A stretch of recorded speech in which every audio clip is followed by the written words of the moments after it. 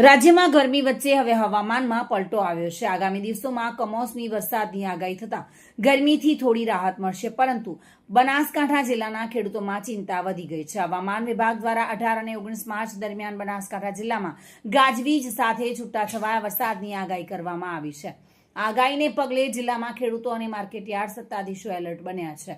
બનાસકાંઠા જિલ્લામાં હાલ શિયાળુ પાકો તૈયાર થઈ ગયા છે। ખેતરોમાંથી ઘઉં, રાયડો અને રાજગરો જેવા પાકો ઝડપથી લેવામાં આવી રહ્યા છે અને મોટી માત્રામાં આ પાકો માર્કેટયાર્ડ તરફ આવી રહ્યા છે। ખેડૂતો વરસાદ પહેલા જ પાક સુરક્ષિત રાખવા માટે કાપણી બાદ પાક યાર્ડમાં પહોંચાડવાની મથામણ કરી રહ્યા છે। જો કે ઘણા વિસ્તારોમાં મજૂરોની અછત હોવાના કારણે ખેડૂતો પોતાના પરિવારજનો સાથે જ ખેતરમાં પાક લેવા માટે મહેનત કરતા જોવા મળી રહ્યા છે।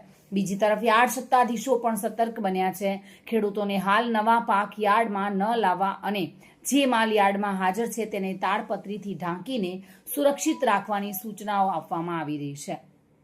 જો કે ગરમીમાંથી રાહતની સંભાવના વચ્ચે વરસાદની આગાહી ખેડૂતો માટે ચિંતાનું કારણ બની રહી છે।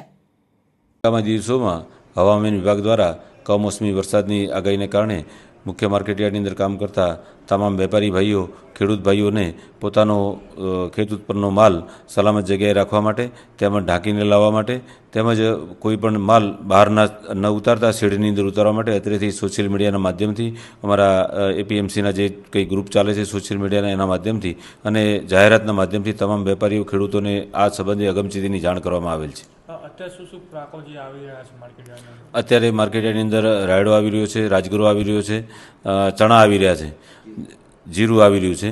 જે પાકો ન બગડે તેના માટેની પૂરતી કાળજી રાખવા તમામ વેપારી અને ખેડૂતોને પણ અત્રેથી અનુરોધ કરવામાં આવેલ છે અને સલામતીની પૂરતી કાળજી રાખવા માટેના વ્યવસ્થા બજાર સમિતિ દ્વારા કરવામાં આવેલ છે।